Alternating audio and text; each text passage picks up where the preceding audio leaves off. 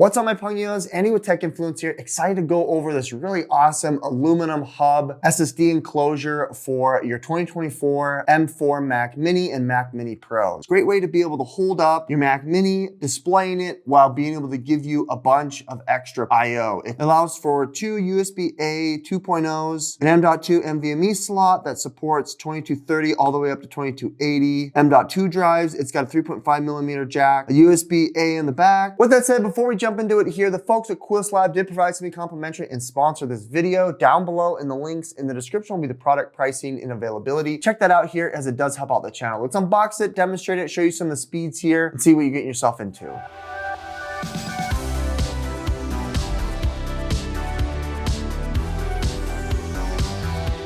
With that said, unboxing is very straightforward. I think it's got a really nice aluminum build. It's sturdy, durable, yet lightweight. Here is the unit. Your Mac Mini is going to fit right above it. And in the slot, it's got this little area here so that it still has good airflow. You've got your two USB-A 2.0s. On the back side here, the rest of the I/O, which includes the port to plug into with USB Type-C, and then an additional USB-A 2.0 and your 3.5mm jack. On the bottom side is where you're going to be installing your NVMe drive, which is really exciting and pretty easy to be able to do. All right, let's go ahead and install the NVMe drive. It comes with some screwdrivers. Go ahead and take these out. It also comes with a thermal pad, which is nice. Dissipate the heat. It does have this screw here that will lock it in place depending on what size your M.2 is. We're gonna go ahead and press it in. I have the largest size. You do have this little groove here, this little channel that you're going to fit into the NVMe drive.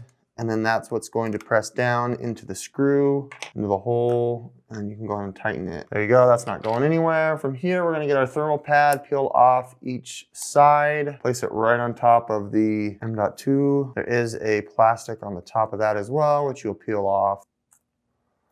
There you go. Then we can go ahead and replace the case. And now we're ready to set it up with our Mac Mini.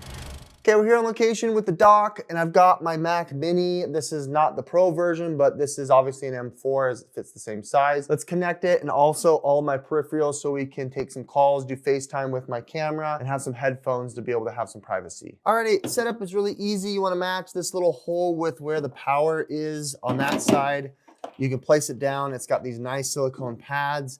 It'll also grip on with the silicone pads of the stand itself. It just fits right into that slot and it looks really great there on the face. Let's go ahead and plug in the I/O on the back. I've got the USB Type-C here that's going to fit right there. I'm gonna go ahead and use the USB 2.0 for my camera. Plug that in. And then I've also got my headphone jack that we want to plug in as well. Now that all of those are plugged in, we can go ahead, turn it around. I still have these two ports to plug into, which I want to get my mouse and keyboard. There's the mouse, there's the keyboard, and then you can see the green line is showing that it is currently connected. Lastly, we can plug in the Ethernet. There's my gigabit of Ethernet plugged in. You've got all the ports filled. Let's go and show you what that looks like here on the Mac Mini. We've got my headphones plugged in here first. It completely is integrated here with the keyboard and mouse, the USB. And then right here you can see the Orico. This is the M.2 drive with some of my backups. I've obviously got my workflow. This is my T7 Shield, which has got all my other data.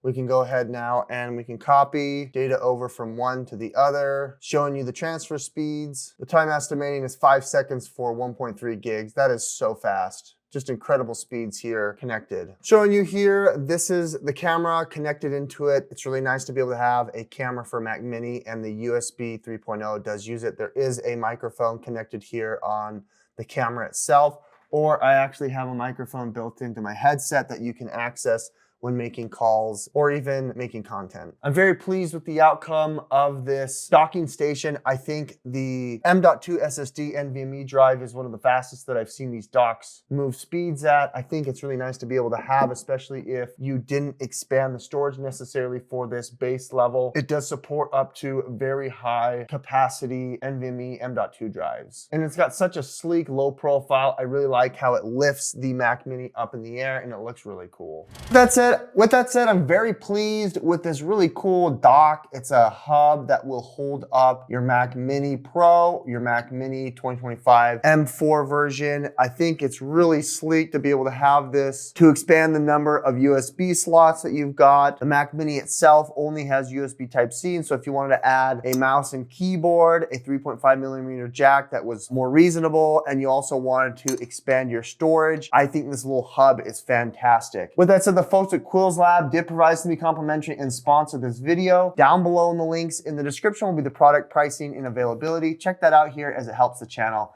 Thanks for watching. Andy with Tech Influence. We'll catch you on the next one. Bye.